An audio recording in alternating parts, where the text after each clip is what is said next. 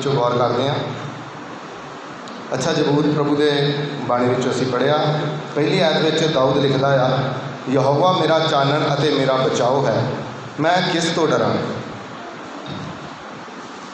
पिछले दिनों असीं गौर कर रहे थे कि साडा भरोसा जिहड़ा आ वो परमेश्वर ते होना जरूर है, होना चाहिए है। और उस गल में परमेश्वर का दास दाऊद फिर अगे लिख रहा है कि मेरा जिहड़ा चानण आ अते मेरा बचाओ परमेश्वर तो आ। फिर मैनू किस चीज़ का डर है? सानू अज डर है क्योंकि साडा भरोसा परमेश्वर के उत्ते नहीं है, जां मात्र ना छोटा जिहा कह लो ना मात्र आ। पिछले दिनों असीं गौर कर रहे थे कि साडे विश्वास का लैवल आ, विश्वास दे की आ। मैं इदां दे पास्टर लोगों इदां दे विश्वासियों जानदा जिहड़ा थोड़ा जी तकलीफ आउण दे उत्ते ज़्यादा घबरा जाते। और मैं यकीन करदा कि पिछला हफ्ता तुहाडे वास्ते बहुत वधिया निकलिया होवेगा, पर असीं भरोसा कई बारी अपना इंसान दे उत्ते रख लैंदे हां। किहदे उत्ते रख लैंदे हां?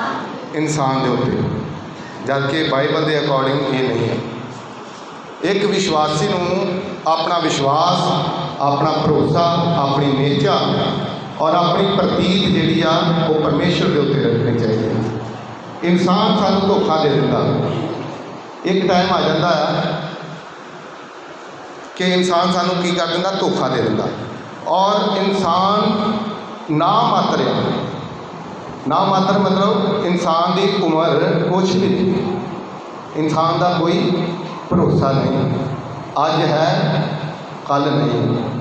फिर असीं क्यों इंसान के उत्ते भरोसा रख के बैठ जाते? भरोसा सिर्फ और सिर्फ अपने परमेश्वर पर रखो, जिहड़ा युगां तो जीवित और जिंदा परमेश्वर साडियां प्रार्थनावां नूं सुणदा, साडी हर मुश्किल में साडी की करदा, सहायता करदा।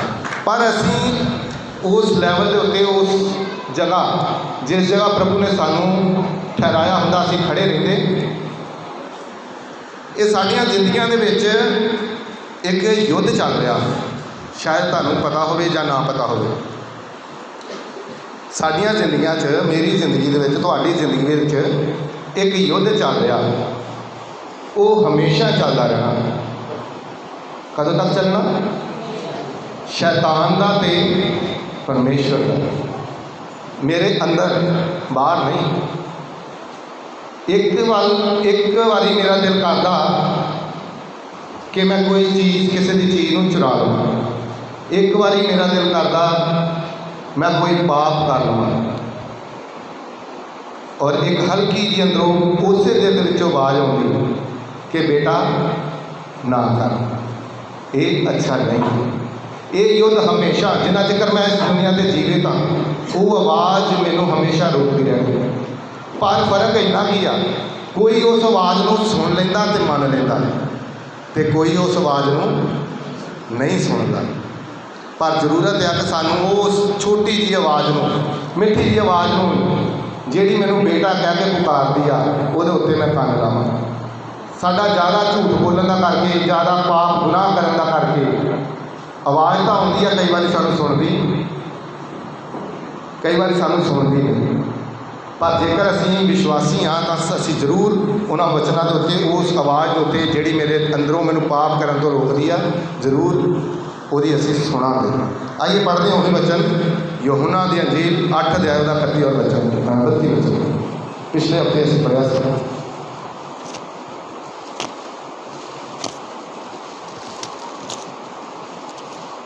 विश्वासी ते असीं हाँ,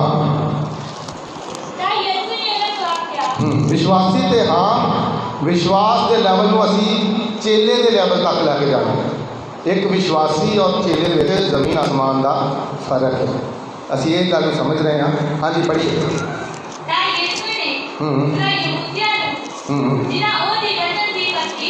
हुण लिखदा, यूहन्ना लिखदा, यीशु ने उन्हां यहूदियों नूं ਯਿਸੂ ਨੇ ਉਹਨਾਂ ਯਹੂਦੀਆਂ ਨੂੰ ਜਿਨ੍ਹਾਂ ਨੇ ਉਹਦੀ ਕੀ ਕੀਤੀ, ਜਿਨ੍ਹਾਂ ਨੇ ਉੱਤੇ ਵਿਸ਼ਵਾਸ ਕੀਤਾ ਸੀ, ਯਹੂਦੀਆਂ ਦੇ ਵਿੱਚੋਂ ਲੋਕ, ਉਹਨਾਂ ਨੂੰ ਕਿਹਾ ਯਿਸੂ ਮਸੀਹ ਸਾਨੂੰ ਵੀ, ਅਸੀਂ ਯਿਸੂ ਮਸੀਹ ਦਾ ਵਿਸ਼ਵਾਸ ਕੀਤਾ, ਅੱਜ ਯਿਸੂ ਮਸੀਹ ਸਾਨੂੰ ਵੀ ਇਹ ਵਚਨ ਕਹਿ ਰਿਹਾ। ਹਾਂਜੀ ਆਖਿਆ ਜੇ ਤੁਸੀਂ ਮੇਰੇ ਵਚਨ ਤੇ ਖਲੋਤੇ ਰਹੋ ਹਾਂ, ਤਾਂ ਠੀਕ ਤੁਸੀਂ ਮੇਰੇ ਚੇਲੇ ਹੋ। ਜੇਕਰ ਤੁਸੀਂ ਮੇਰੇ ਵਚਨ ਦੇ ਉੱਤੇ ਖੜੇ ਰਹੋ, ਤੁਸੀਂ ਮੇਰੇ ਤੇ ਇਕੱਲਾ ਵਿਸ਼ਵਾਸ ਨਹੀਂ ਕਰੋ, ਮੇਰੇ ਵਚਨ ਤੇ ਕੀ ਰਹੋ, ਵਿਸ਼ਵਾਸ ਸਾਰੇ ਕਰ ਲੈਂਦੇ ਆ, ਸਾਰੇ ਮੰਨਦੇ ਆ ਕਿ ਯਿਸੂ ਸਾਡਾ ਜਿਹੜਾ ਆ ਉਹ ਰੋਗੀਆਂ ਨੂੰ ਚੰਗਾ ਕਰਨ ਵਾਲਾ ਸ਼ਾਫੀ ਆ, ਸ਼ਿਫਾ ਦੇਣ ਵਾਲਾ ਹੈ। ਯਿਸੂ ਕੀ ਆ? ਪਰ ਯਿਸੂ ਸਾਡਾ ਮੁਕਤੀ ਦੇਣ ਵਾਲਾ, ਇਹ ਕਿੰਨਿਆਂ ਨੂੰ ਪਤਾ ਹੈ? ਧੰਨਵਾਦ ਰੱਬ ਦਾ।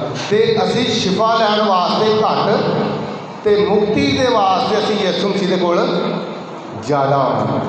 ਕੀ ਕਰਨ ਆਉਣਾ? ਸ਼ਿਫਾ ਲੈਣ ਵਾਸਤੇ ਘੱਟ ਆਉਣਾ ਆ ਤੇ ਮੁਕਤੀ ਦੇ ਵਾਸਤੇ ਜ਼ਿਆਦਾ ਆਉਣਾ। ਹਾਂਜੀ, ਬੱਚੇ ਨੂੰ ਪੂਰਾ ਕਰੀਏ।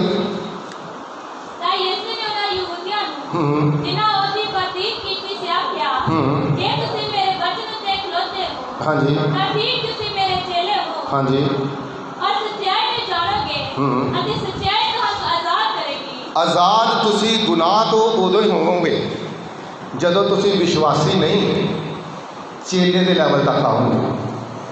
ਜਦੋਂ ਤੁਸੀਂ ਚੇਲੇ ਬਣੋਗੇ ਫਿਰ ਤੁਸੀਂ ਸੱਚਾਈ ਨੂੰ ਜਾਣੋਗੇ ਤੇ ਸੱਚਾਈ ਤੁਹਾਨੂੰ ਕੀ ਕਰੇਗੀ? ਆਜ਼ਾਦ ਕਰੇਗੀ ਤੁਹਾਨੂੰ ਪਾਪ ਤੋਂ, ਆਜ਼ਾਦ ਕਰੇਗੀ ਤੁਹਾਨੂੰ ਨਸ਼ਿਆਂ ਤੋਂ, ਆਜ਼ਾਦ ਕਰੇਗੀ ਹਰ ਇੱਕ ਉਸ ਸ਼ੈਤਾਨੀ ਤਾਕਤ ਤੋਂ ਜਦੋਂ ਤੁਸੀਂ ਆਜ਼ਾਦ ਹੋਣਾ ਚਾਹੁੰਦੇ ਹੋ। ਪਰ ਉਹ ਤਦੇ ਹੋਵੇਗਾ ਜਦੋਂ ਤੁਸੀਂ ਇੱਕ ਚੇਲੇ ਦੇ ਰੂਪ ਦੇ ਵਿੱਚ ਆਓਗੇ। ਹਾਲੇਲੂਇਆ। ਅਸੀਂ ਗੌਰ ਕੀਤਾ ਸੀਗਾ ਯਹੋਸ਼ੂਆ ਦੇ ਉੱਤੇ ਕਿ ਯਹੋਸ਼ੂਆ ਪਰਮੇਸ਼ਵਰ ਦਾ ਦਾਸ ਔਰ ਮੂਸਾ ਦਾ ਦਾਸ ਸੀ।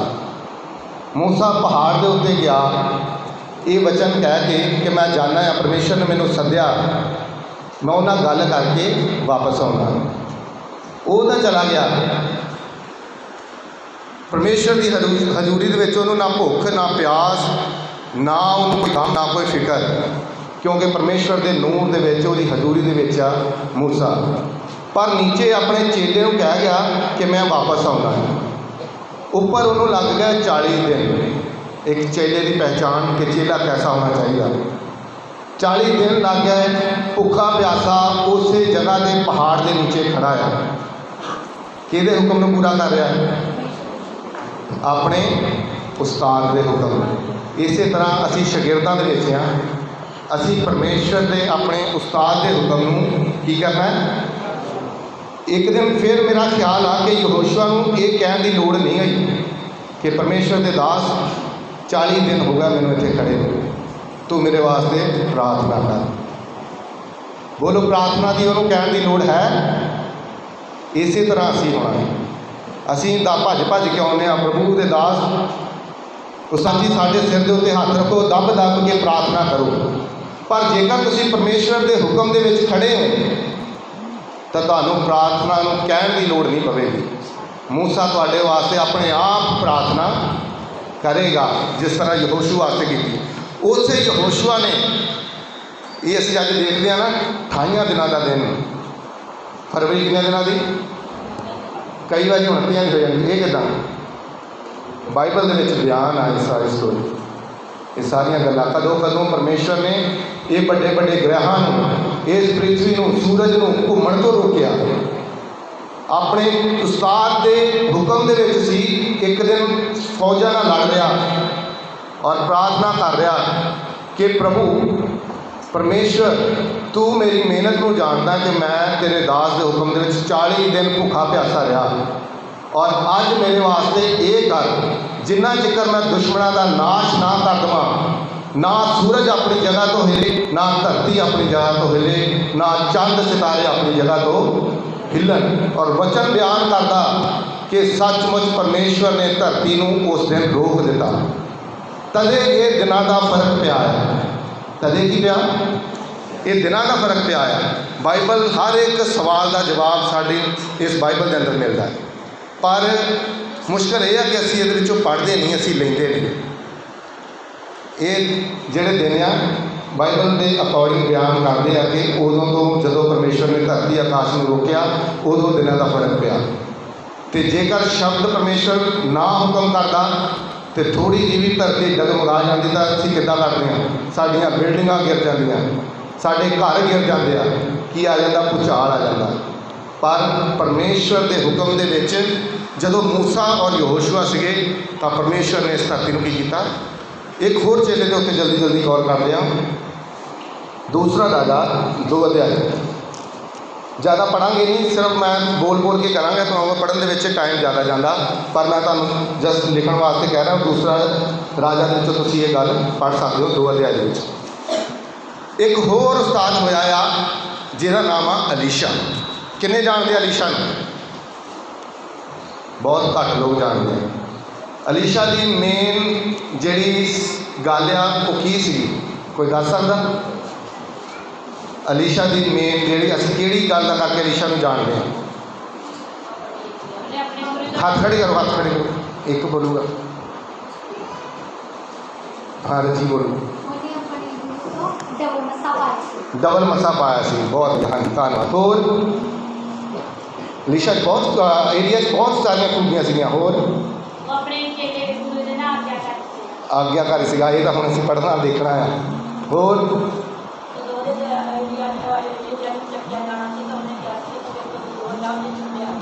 ਹਾਂਜੀ ਹਾਂਜੀ, ਠੀਕ ਆ। ਹੋਰ ਏਲੀਆ ਨੂੰ ਮੇਨ ਗੱਲ ਆ, ਏਲੀਆ ਜਿਹੜਾ ਉਹ ਜ਼ਮੀਨ ਦੇ ਉੱਤੋਂ ਜ਼ਿੰਦਾ ਉਠਾਇਆ ਗਿਆ।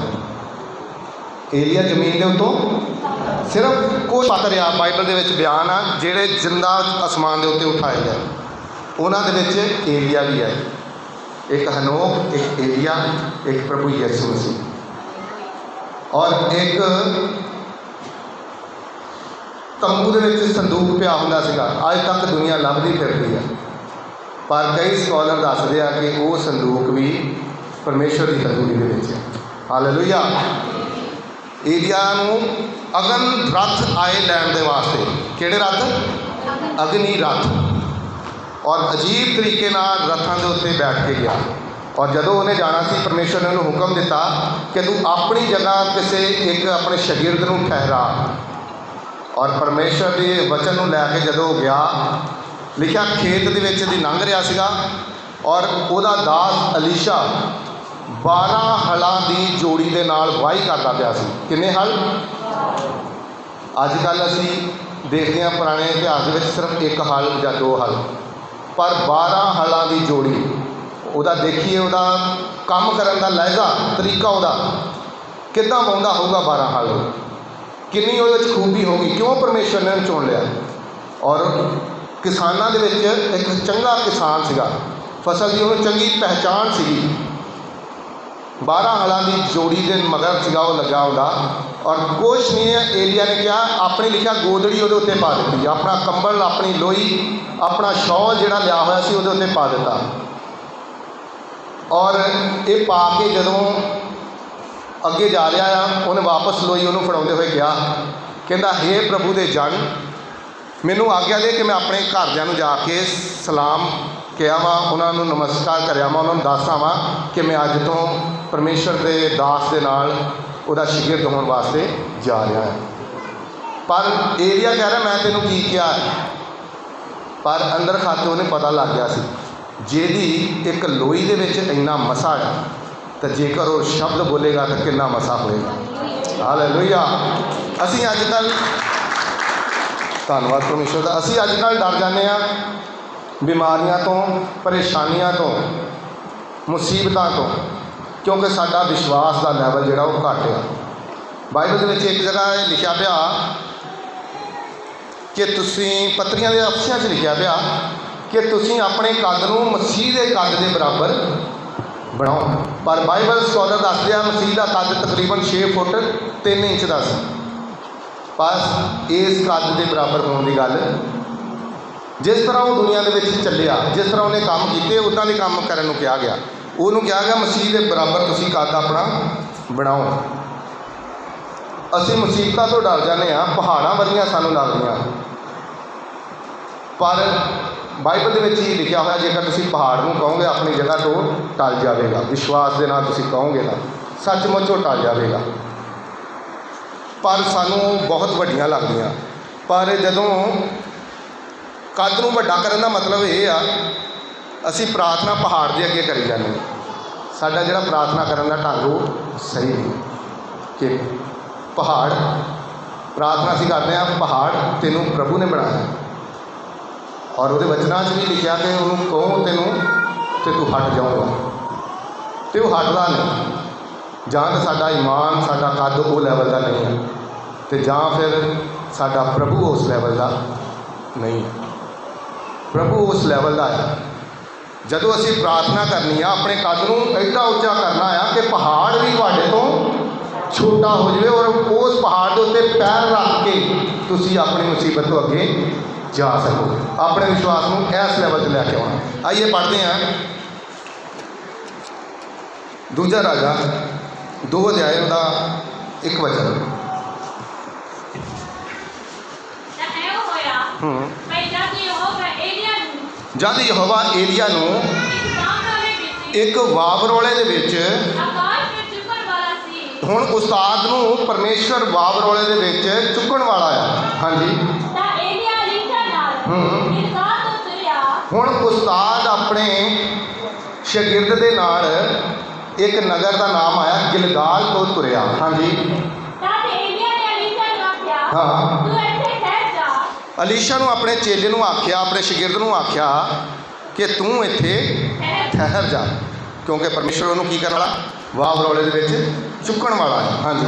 ਫਿਰ ਕਿਉਂ ਜੇ ਯਹੋਵਾ ਨੇ ਮੈਨੂੰ ਬੈਤੇਲ 'ਚ ਘੱਲਿਆ ਹੈ। ਹੁਣ ਉਸਤਾਦ ਆਪਣਾ ਪਿੱਛਾ ਛਡਾਉਂਦਾ ਆ, ਗਿਲਗਾਲ ਤੋਂ ਤੁਰੇ ਆ, ਆਪਣੇ ਚੇਲੇ ਨੂੰ ਕਹਿੰਦਾ ਕਿ ਤੂੰ ਇੱਥੇ ਹੀ ਰੁਕ ਜਾ ਹੁਣ, ਕਿਉਂ ਜੋ ਪਰਮੇਸ਼ਵਰ ਨੇ ਮੈਨੂੰ ਬੈਤੇਲ ਤੱਕ ਘੱਲਿਆ ਆ। ਹਾਂਜੀ। ਅਤੇ ਅਲੀਸ਼ਾ ਨੇ ਆਖਿਆ, ਜਿਉਂਦੇ ਯਹੋਵਾ ਦੀ ਅਤੇ ਤੇਰੀ ਜਿੱਤ ਦੀ ਸਹੁੰ, ਹਾਂ। ਮੈਂ ਤੈਨੂੰ ਨਹੀਂ ਛੱਡਾਂਗਾ। ਹੁਣ ਚੇਲਾ ਜਿਹੜਾ ਉਹ ਮਗਰ ਪੈ ਗਿਆ, ਕਿਉਂਕਿ ਉਹਨੂੰ ਭਨਕ ਲੱਗ ਗਈ ਆ ਕਿ ਅੱਜ ਮੇਰੇ ਉਸਤਾਦ ਨੇ, ਉਹੀ ਉਸਤਾਦ ਨੇ ਜਿਹਨੇ ਮੇਰੇ ਉੱਤੇ ਕੀ ਪਾਈ ਸੀ, ਆਪਣੀ ਗੋਦੜੀ ਪਾਈ ਸੀ, ਆਪਣਾ ਕੰਬਲ ਮੇਰੇ ਉੱਤੇ ਪਾਇਆ ਸੀਗਾ। ਉਹਦੇ ਚੁੱਕਣ ਜਾਣ ਦਾ ਟਾਈਮ ਆ ਗਿਆ।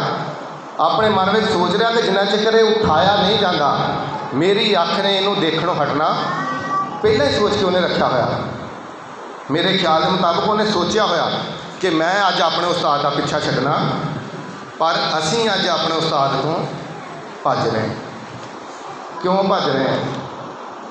ਉਹੀ ਭੱਜੂਗਾ ਜਿਹਨੇ ਬਰਕਤ ਲੈਣੀ ਹੈ ਕਿ ਚੇਲਾ ਬਣਨਾ, ਉਹ ਭੱਜ ਕੇ ਉਸਤਾਦ ਦੇ ਕੋਲ ਆਊਗਾ। ਉਹ ਆਪਣੇ ਪਰਮੇਸ਼ਵਰ ਦੇ ਹਜ਼ੂਰੀ ਵਿੱਚ ਬੈਠੂਗਾ, ਉਹ ਦੁਆ ਕਰੂਗਾ, ਪ੍ਰਾਰਥਨਾ ਕਰੂਗਾ, ਵਚਨ ਪੜੂਗਾ। ਜਿਹਨੇ ਬਰਕਤ ਨਹੀਂ ਪਾਉਣੀ ਉਹ ਭੱਜੇਗਾ। ਅਲੀਸ਼ਾ ਸਾਨੂੰ ਦੱਸ ਰਿਹਾ, ਸਾਨੂੰ ਸਮਝਾ ਰਿਹਾ ਕਿ ਜਿਸ ਤਰ੍ਹਾਂ ਮੈਂ ਆਪਣੇ ਉਸਤਾਦ ਦੇ ਮਗਰ ਪੈ ਕੇ ਬਰਕਤ ਲਈ, ਇਸ ਤਰ੍ਹਾਂ ਤੁਸੀਂ ਵੀ ਲੈ ਸਕਦੇ ਹੋ। ਪਰ ਸਾਡੇ ਦਿਲ ਵਿੱਚ ਆਉਂਦਾ ਨਹੀਂ, ਅਸੀਂ ਲੈਂਦੇ ਹੀ ਨਹੀਂ। ਹਾਂਜੀ। ਅੱਗੇ ਸੋ ਬੈਤੇਲ ਦਾ ਮਤਲਬ ਆ ਪਰਮੇਸ਼ਵਰ ਦਾ ਘਰ ਜਾਂ ਆਸ਼ੀਸ਼ ਵਾਲਾ ਘਰ। ਬੈਤੇਲ ਤੱਕ ਗਿਆ।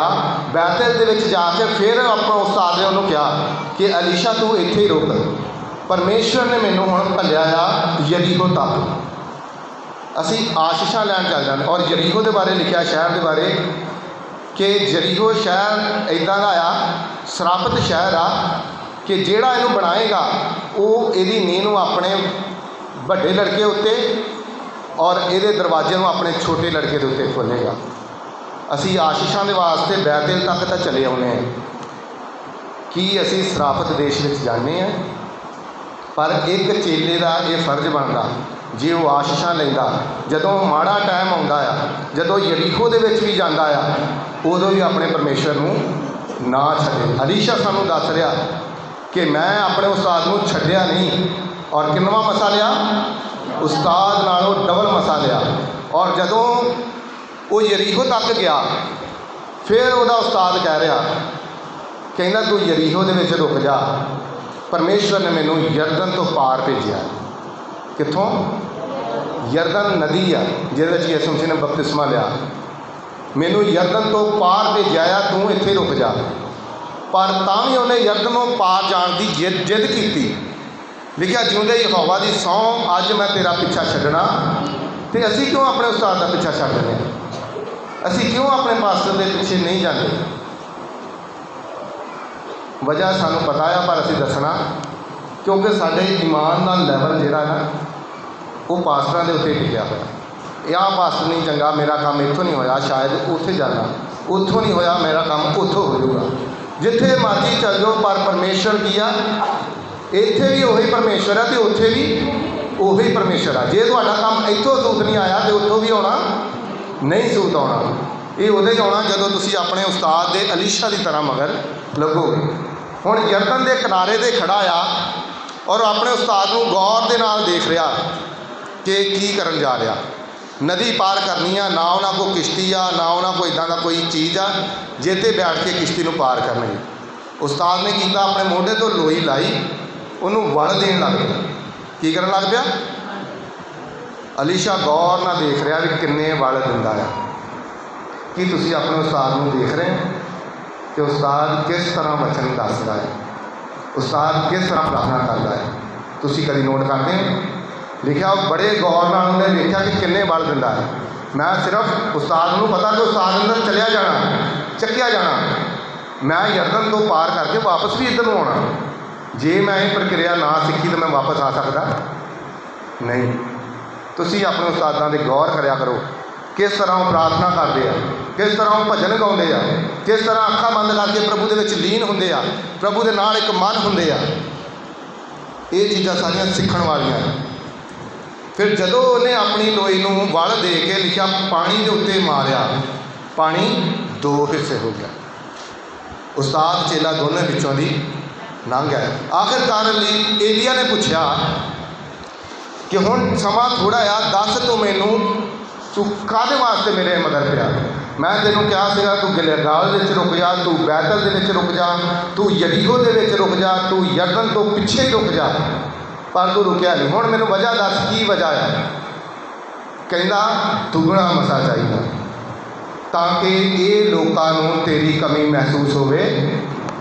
उस्ताद चलिया भी जाए, चीला इदां दा होना चाहिए कि लोगों नूं उहदी कमी महसूस होनी नहीं चाहिए। ऐसा रिश्ता साडा परमेश्वर के नाल चाहिए। जदों अग्नि रथ आए, उस्ताद चक्या गया। लिखा जाते जाते उस्ताद ने उत्तों अपनी लोई सुट दी। अलीशा ने अपने कपड़े पाड़े और रोंदे रोंदे ने जाके जदों लोई उठाई, लोई उठा के यरदन के इस पार सारे लोग जिन्हां जिन्हां नगरां विचों लंघ के गया से उन्होंने देख रहे हैं। सेम उस्ताद की तरह लोई नूं की दे रहा है, वड़ दे रहा। कि तुसीं उस्ताद वांगू उदां ही प्रार्थना करते हो जिन्ना समा तुहाडा उस्ताद परमेश्वर की हजूरी में बिताउंदा है, तुसीं बिताउंदे हो? तुसीं वचन पढ़ते हो? तुसीं उस्ताद वांगू दुनिया के उत्ते चलते हो? जिस तरह उस्ताद तुहाडा झूठ नहीं मारता, वो चोरी नहीं करता, वो किसी की निंदा नहीं करता, बुरी नज़र ना किसी को नहीं देखता, कि तुसीं उस तरह करते हो कि नहीं करते? अपनी जिंदगियां पर गौर करो। तुसीं अपने आप जानते हो कि साडे कोल हुंदा, पर असीं करना है। ये नहीं सोचना कि मेरे को होना ही नहीं, होवेगा जरूर। चेले बनोगे पर बनने की कोशिश करोगे तो ही बनोगे। जे असीं कोशिश ही ना करिए तो फिर ये गल साडे वास्ते माड़ी है। फिर जदों उन्हें सेम वो प्रक्रिया की, लोई नूं मारिया और लिखा उच्ची आवाज़ नाल पुकार के क्या कि एलिया दा खुदा कित्थे आ? लिखा पानी ने दस्या। किदां दस्या? दो हिस्से हो के पानी ने दस्या कि एलिया दा खुदा और तेरा खुदा इत्थे तेरे नाल ही है। हालेलुया। और लिखा उन्हें जाके रौला नहीं पाया कि मैंने डबल मसा मिल गया। लोगों ने दूरों देख के दस दिता कि एलिया का दुगना मसा अलीशा के उत्ते ठहर गया है। हालेलुया। यही एलिया हुण परमेश्वर का दास सीगा, जदों मर गया। असीं सोचते हैं दासां नूं बीमारियां क्यों आ जांदियां, उन्हां विच तां इन्नी समर्थ हुंदी है, वो कदों बीमार हो जाते हैं। लिखा जदों एलिया मर गया, लागे एक कैंप लगा होया सी पुलिस वालियां दा, जो हमला होया पिया सीगा। फौज उत्थे खड़ी सी और दूसरी फौज जदों देखी लोगों ने आउंदी हुई ਇੱਕ ਬਿਮਾਰ ਇੱਕ ਆਦਮੀ ਮਰ ਗਿਆ ਸੀ ਫੌਜ ਦੇ ਵਿੱਚੋਂ ਹੀ ਸਿਪਾਹੀ, ਉਹਨੂੰ ਦੋ ਜਣੇ ਚੱਕੀ ਲਈ ਜਾ ਰਹੇ ਸੀ। ਫੌਜ ਦੇਖ ਕੇ ਉਹ ਘਬਰਾ ਗਏ। ਉਹਨਾਂ ਨੇ ਜਲਦੀ ਉਹਨੂੰ ਘੁਮਾ ਕੇ ਲਾਸ਼ ਨੂੰ ਸੁੱਟ ਦਿੱਤਾ ਖੱਡ ਦੇ ਵਿੱਚ, ਔਰ ਜਾ ਕੇ ਜਿੱਥੇ ਏਲੀਆ ਦਫਨ ਹੋਇਆ ਪਿਆ ਸੀਗਾ, ਏਲੀਆਂ ਦੀਆਂ ਹੱਡੀਆਂ ਦੇ ਨਾਲ ਉਹ ਬੰਦਾ ਜਾ ਕੇ ਲੱਗ ਗਿਆ, ਔਰ ਲਿਖਿਆ ਉਹ ਚਹਿਕ ਉੱਠਿਆ, ਔਰ ਮੁਰਦਾ ਕੀ ਹੋ ਗਿਆ, ਜਿਉਂਦਾ ਹੋ ਗਿਆ। ਔਰ ਉਹਨਾਂ ਦੇ ਮਗਰ ਭੱਜਾ ਜਾਂਦਾ, ਲੋਕੀ ਹੈਰਾਨ ਹੋ ਜਾਂਦੇ। ਹਾਲੇਲੂਇਆ। ਇਸੇ ਤਰ੍ਹਾਂ ਦਾ ਈਮਾਨ ਸਾਡਾ ਹੋਣਾ ਚਾਹੀਦਾ ਕਿ ਭਾਵੇਂ ਅਸੀਂ ਕੁਛ ਵੀ ਨਾ ਕਹੀਏ, ਅਸੀਂ ਤੁਰੇ ਜਾਈ ਹੋਈਏ ਔਰ ਲੋਕ ਦੇਖ ਕੇ ਸਾਨੂੰ ਕਹਿਣ, ਯਾਰ ਇਹ ਮੇਰੇ ਲਾਗਿਓ ਲੰਘਿਆ, ਮੈਨੂੰ ਇਹਦੇ ਨਾਲ ਕੁਛ ਆਰਾਮ ਜਿਹਾ ਮਿਲਿਆ, ਮੈਨੂੰ ਹੀਲਿੰਗ ਜੀ ਮਿਲੀ ਹੈ। ਤੁਹਾਡੇ ਕਹਿਣ ਦੀ ਵੀ ਨਹੀਂ ਲੋੜ ਪੈਣੀ, ਔਰ ਲੋਕੀ ਚੰਗੇ ਵੀ ਹੋ ਜਾਣੇ। ਪਰਮੇਸ਼ਰ ਇਸ ਬਾਣੀ ਦੇ ਸਭ ਨੂੰ ਆਸ਼ੀਸ਼ ਬਰਕਤ ਦੇਵੇ। ਸਭ ਨੂੰ ਜੈ ਮਸੀਹ।